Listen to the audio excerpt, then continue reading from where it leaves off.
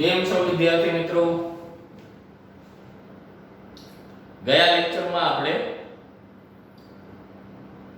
સરેરાશ ઝડપની એપ્લિકેશન શીખી ગયા, જે તમે બહુ સારી રીતે તૈયાર કરી હશે. ત્યારબાદ આપણે સ્થાન વિરુદ્ધ સમયના આલેખ જોઈ ગયા, જે તમે લખી લીધા હશે અને બહુ સરસ રીતે તૈયાર કરી લીધા હશે. મિત્રો, આજે આલેખ અને એપ્લિકેશન છે ને, એને થોડીક ડિટેલમાં અભ્યાસ કરવાનો. ડિટેલમાં અભ્યાસ કરવાનો એટલે એના રિલેટેડ ઘણા બધા પ્રશ્નો બને છે. અત્યારે આપણી મૂંઝવણ એ છે કે તમે અને હું બંને સાથે નથી, આ યુટ્યુબના માધ્યમથી જોડાયેલા છીએ. વાસ્તવિકતા એવી છે કે જ્યારે તમે અને હું બે સાથે અહીં અને લાઈવ લેક્ચર ચાલતો હોય ને, ત્યારે એના અઢળક ઉદાહરણો આપણે જોઈ શકીએ છીએ, જે તમને પાછળથી કરાવવામાં આવશે. અને આપણે જે કાંઈ અભ્યાસ કરી રહ્યા છીએ એ પણ ડિટેલમાં તમે જ્યારે મને મળશો ત્યારે આપણે ફરીથી કરવાના છીએ. આજે છે એ તમે લખી રાખો અને 50% જેવું તમે એને સમજી લો, એના માટે છે, જેથી કરી તમે 11 સાયન્સમાં વહેલી તકે સેટ થઈ જાઓ, એટલે આપણે JEE અને નીટના ક્લાસીસ સ્ટાર્ટ કરી શકીએ, એની એક્ઝામ સ્ટાર્ટ કરી શકીએ. એના માટે આપણે પૂર્વ તૈયારીના ભાગરૂપે આ વિડિયો લેક્ચર્સ છે એ સ્ટાર્ટ કરી દીધા છે. ઓકે, હવે આપણે ગયા લેક્ચરમાં તમને વાત કરી હતી કે તમે વિકલનના સૂત્રો અને વિકલનના વિડિયો લેક્ચર્સ છે એ એક વખત જોઈ લેજો. તમે જોઈ લીધા હશે. કેમ કે આપણે આજે જે વાત કરવાની છે એ છે તત્કાલીન અથવા તાત્ક્ષણિક વેગની. તત્કાલીન અથવા તાત્ક્ષણિક વેગ એટલે શું? તત્કાલીન એટલે કોઈ પર્ટિક્યુલર ટાઈમે, તાત્ક્ષણિક કોઈ પર્ટિક્યુલર ક્ષણે એટલે ટાઈમે. બંને શબ્દોના અર્થ સરખા છે મિત્રો. તમે વિચારી જુઓ કે તમે અહીંયાથી ભુજ નીકળ્યા, 50 કિલોમીટરનું અંતર છે.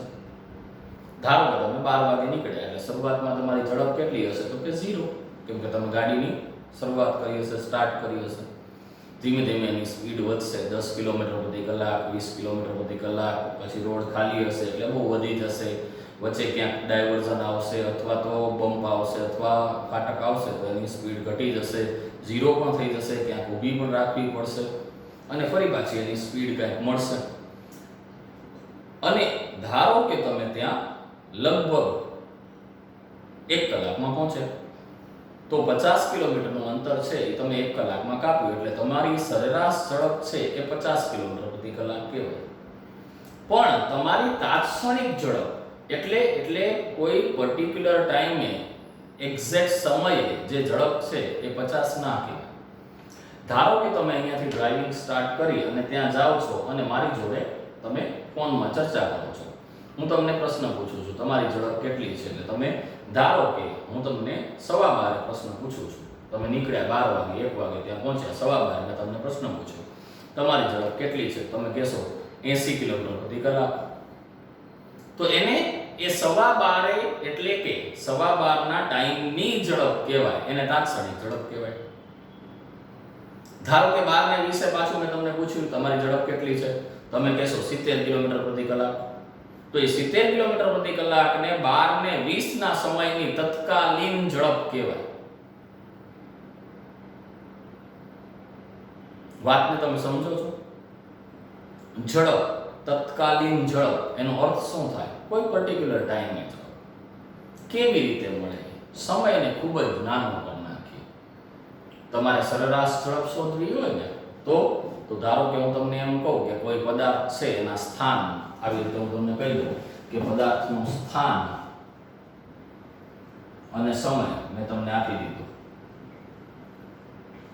સ્થાન છે એ 9 મીટર, 18 મીટર, 27 મીટર, આવી રીતે ઘણો બધો સમય સ્થાન આપી દીધા. ત્યારબાદ ધારો કે 30 મીટર. જાણી જોઈને આમાં 9 9 નો ગેપ રાખ્યો છે ને અહીંયા 3 નો ગેપ રાખ્યો છે. સમય 0, 3, 6 અને 9 આવું આપી દીધું છે. હવે હું તમને એમ કહું કે તમે 6 સેકન્ડ દરમિયાન સરેરાશ ઝડપ શોધો. 6 સેકન્ડ દરમિયાન સરેરાશ ઝડપ અથવા સરેરાશ વેગ શોધો. તો તમે કઈ રીતે શોધશો? તો કે વેગ એટલે ફાઇનલ પોઝિશન 27, 6 સેકન્ડનું સ્થાન 27, 0 સેકન્ડનું સ્થાન 9, ભાગ્યા સમયનો તફાવત 6 માઈનસ 0 આ રીતે ગણશો. આ શું ગણ્યું મેં? આ 6 સેકન્ડે સરેરાશ વેગ ગણ્યો. પણ ધારો કે હું તમને એમ કહું કે 6 સેકન્ડે તત્કાલીન વેગ ગણો. તત્કાલીન વેગ તો તમે કઈ રીતે ગણી શકશો? તો મિત્રો 6 સેકન્ડે તત્કાલીન વેગ ગણવો હોય ને તો તત્કાલીન વેગને v12 થી ન દર્શાવાય, ખાલી v થી દર્શાવાય. તો એના માટે તમારે શું કરવું પડે? તો કે નીચે સમય છે ને 6 સેકન્ડ લેવો પડે. તો સમય ન લઈ શકીએ, અહીંયા સમયનો તફાવત લેવો પડે. તો શું લઈ શકીએ? તો કે 5.999999 એટલે લગભગ 6 માઈનસ 6.000001.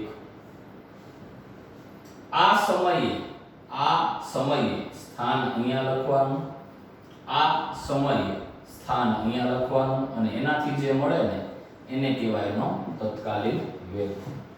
એટલે મિત્રો તમે જોયું આ સમયનો તફાવત છે ને, સમયનો તફાવત એટલે આ બેનો તફાવત એ લગભગ મેં કેટલો લઈ લીધો? લગભગ ટેન્ડ્સ ટુ 0. એટલે આ સમયનો તફાવત છે ને 0.000 સમથિંગ આવશે. મતલબ શું? મતલબ જ્યારે આપણે તત્કાલીન વેગ ગણવો હોય ને ત્યારે આપણે સમયનો તફાવત જે નીચે લઈએ છીએ એ ટેન્ડ્સ ટુ 0 લેવો પડે. આ તીર છે ને એને બોલાય ટેન્ડ્સ ટુ. એને શું બોલાય? Tends to. તો જ્યારે આપણે તત્કાલીન વેગ ગણવાનું હોય ત્યારે આપણે સમયનો તફાવત ટેન્ડ્સ ટુ 0 લેવો પડે. સૌથી પહેલા આપણે બે પ્રશ્નો જોઈ ગયા છીએ, એની એક વખત ચર્ચા કરી લઈએ, ત્યારબાદ આ ટોપિક સ્ટાર્ટ કરશું. આ ટોપિકની મેં માહિતી તમને જનરલ ઇન્ફોર્મેશન આપી છે, જે વ્યવહાર ઉદાહરણ લઈ અને તમને સમજાવેલું છે કે તત્કાલીન વેગ અથવા તત્કાલીન ઝડપનો અર્થ શું થાય. તમને ખ્યાલ હોય તો આપણે જ્યારે સરેરાશ ઝડપ અને સરેરાશ વેગ ભણ્યા ત્યારે મેં તમને કીધું હતું બે પ્રશ્નો અને એના જવાબ લખવાનો. શા માટે તત્કાલીન ઝડપ શોધવામાં આવે છે? આ પ્રશ્નનો જવાબ તમે લખ્યો છે. શા માટે શોધવામાં આવે છે? સરેરાશ ઝડપ પરથી કોઈ પણ પદાર્થની ક્ષણે ક્ષણે ઝડપની માહિતી મળતી નથી. આ માટે આપણે તત્કાલીન ઝડપ ગણવી પડે છે. આ પહેલા પ્રશ્નનો જવાબ છે. બીજો પ્રશ્ન, શા માટે તત્કાલીન વેગ ગણવામાં આવે છે? એ પ્રશ્નનો આન્સર છે એ પણ તમે લખેલો છે કે સરેરાશ વેગ પરથી કોઈ પણ પદાર્થના ખરેખરા ગતિમાર્ગની માહિતી મળતી નથી. આથી તેનો સાચો ગતિમાર્ગ કયો છે એ જાણવા માટે તત્કાલીન વેગ ગણવામાં આવે છે. આ માહિતી તમે મેળવેલી છે. ઓકે મિત્રો, હવે આપણે આપણો ટોપિક સ્ટાર્ટ કરીએ. આપણો ટોપિક છે તત્કાલીન વેગ સમજાવો. તત્કાલીન વેગ સમજાવો. ધારો કે કોઈ પદાર્થ x અક્ષની દિશામાં સુરેખ ગતિ કરે છે. સુરેખ ગતિ કરે છે. તેનો તત્કાલીન વેગ, જેને આપણે નોર્મલ v થી દર્શાવશું, એના ઉપર બહાર નહીં લખીએ, એ શું થાય? તો કે તત્કાલીન વેગ એટલે સરેરાશ વેગ. કન્ફ્યુઝન ક્રિએટ ના કરતા, હજી મેં વિધાન પૂરું નથી કર્યું. તત્કાલીન વેગ એટલે સરેરાશ વેગ જેમાં આપણે સમય નું લક્ષ્ય ટેન્ડ્સ ટુ 0 લઈએ છીએ. આને વંચાય કેવી રીતે? તત્કાલીન વેગ v equal to limit delta t tends to 0 સરેરાશ વેગ v બાર. તમારા માટે આ નવી વસ્તુ છે. આ લક્ષ્ય છે, જે ગણિતનું એક ચેપ્ટર છે અને એક મેથેમેટિકલ ઓપરેશન છે. જેવી રીતે સરવાળો, બાદબાકી, ગુણાકાર, ભાગાકાર એ બધા એક મેથેમેટિકલ ઓપરેશન છે. વિકલન એ પણ એક મેથેમેટિકલ ઓપરેશન છે. એવી રીતે લિમિટ પણ એક મેથેમેટિકલ ઓપરેશન છે. લક્ષ એનો અર્થ શું થાય? એનો અર્થ એવો થાય કે આ જે ડેલ્ટા ટી ની કિંમત છે એ 0 ને નજીક છે, ટેન્ડ્સ ટુ 0. 0 નથી મિત્રો, યાદ રાખજો, ટેન્ડ્સ ટુ 0 નો અર્થ એ ન થાય કે 0. એ 0 નથી, 0 ની તદ્દન નજીક છે એવો અર્થ થાય. ઓકે, આપણે આગળ વધીએ તો v બરાબર limit delta T tends to 0 A m9 v બાર એટલે સરેરાશ વેગ. અને સરેરાશ વેગનું સૂત્ર આપણે પહેલા તારવી ગયા છે. કદાચ તમને ખબર હોય તો એની જગ્યાએ આપણે લખી શકીએ ડેલ્ટા x ભાગ્યા ડેલ્ટા v. એટલે સ્થાનનો ફેરફાર ભાગ્યા સમયનો ફેરફાર. તત્કાલીન વેગ એટલે limit delta t tends to 0 સ્થાનનો ફેરફાર ભાગ્યા સમયનો ફેરફાર. ડેલ્ટા એટલે ફેરફાર, તમને ખ્યાલ છે. પણ અહીંયા આપણે ફેરફાર નથી લેવાનો મિત્રો, અહીંયા આપણે સૂક્ષ્મ ફેરફાર લેવાનો છે. ટેન્ડ્સ ટુ 0 આપણે એટલે લખ્યું છે. આ ટેન્ડ્સ ટુ 0 નો અર્થ થાય સૂક્ષ્મ ફેરફાર લેવાનો છે. જો તમે આ ના લખો એટલે limit delta t tends to 0 તમારે નથી લખવું, ન લખો તો તમારે આ ડેલ્ટા x ભાગ્યા ડેલ્ટા t ને આમ લખવું પડે dx ભાગ્યા dt. કેમ કે આ પદમાં જો સૂક્ષ્મ આ જે પદ છે limit delta t tends to 0 એ દર્શાવે છે. એટલે આ પદ સૂક્ષ્મ દર્શાવી દે છે. એટલે અહીંયા ડેલ્ટા આવે. ડેલ્ટા નો અર્થ શું થાય? ફેરફાર થાય. ડેલ્ટા નો અર્થ શું થાય? ફેરફાર થાય. અને d નો અર્થ શું થાય? સૂક્ષ્મ ફેરફાર થાય. d નો અર્થ શું થાય? સૂક્ષ્મ ફેરફાર.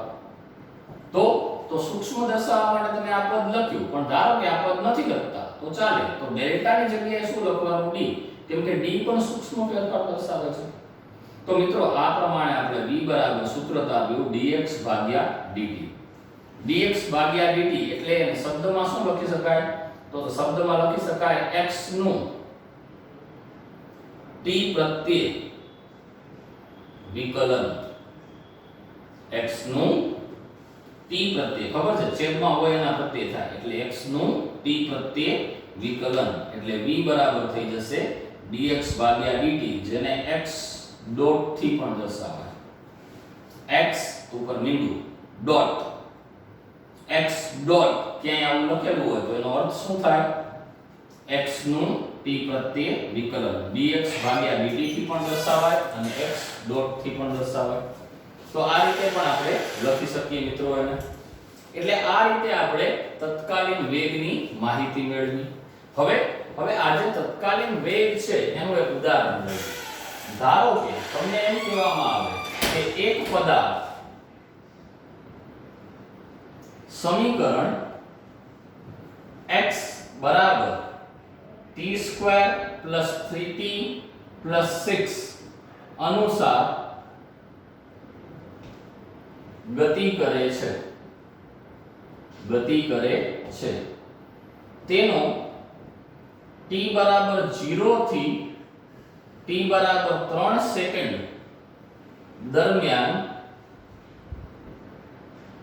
સરેરાશ વેગ ગણો તથા t બરાબર 3 સેકન્ડે તેનો તત્કાલીન વેગ ગણો. જોયો મિત્રો? પ્રશ્ન જોયો? સૌથી પહેલા પ્રશ્નને જુઓ. પદાર્થ જે છે એનું સ્થાન આ સમીકરણ અનુસાર બદલાય છે. સ્થાન કઈ રીતે બદલાય છે? તો કે x બરાબર t નો ઘન + 3t + 6 અનુસાર એનું સ્થાન બદલાય છે. આપણને જોઈએ છે સરેરાશ વેગ. પહેલા સરેરાશ વેગ જોઈએ છે. સરેરાશ વેગ એટલે શું? તો કે સ્થાનનો ફેરફાર ભાગ્યા સમયનો ફેરફાર. સ્થાનનો ફેરફાર એટલે અંતિમ સમય એટલે 3 સમય t બરાબર 3 સેકન્ડે સમય માઈનસ પ્રારંભિક સમય એટલે t બરાબર 0 સેકન્ડે સમય ભાગ્યા સમયનો ફેરફાર એટલે અંતિમ સમય એટલે 3 સેકન્ડ પ્રારંભિક સમય એટલે 0 સેકન્ડ.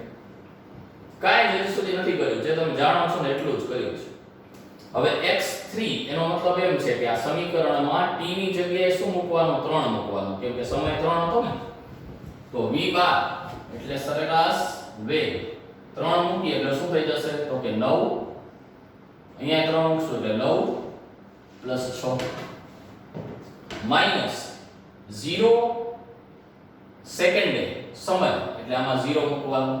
તો પહેલું પદ 0 આવશે, બીજું પદ 0 આવશે અને આ જે છે m ના m પાસે 6 અને ભાગ્યા આવશે 3.